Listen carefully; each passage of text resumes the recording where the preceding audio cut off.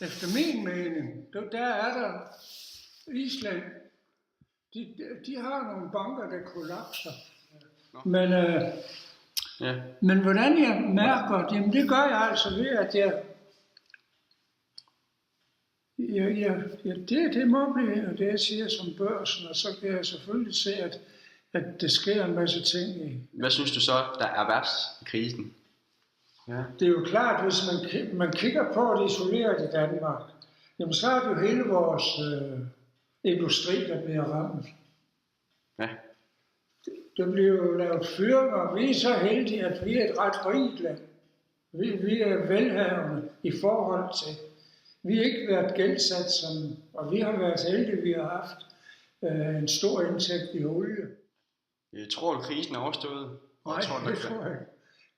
Jeg tror endda, at vi kan få en endnu værre. Hold da. Ja. Jeg ved godt, at jeg får skyld for, at jeg er så pessimist. Jeg tror virkelig, at det hele kan bruge sammen en gang mere, med en meget, meget større effekt. Det håber jeg ikke, bestemt ikke. Nej. Fordi det vil ramme dig, det vil ramme alle.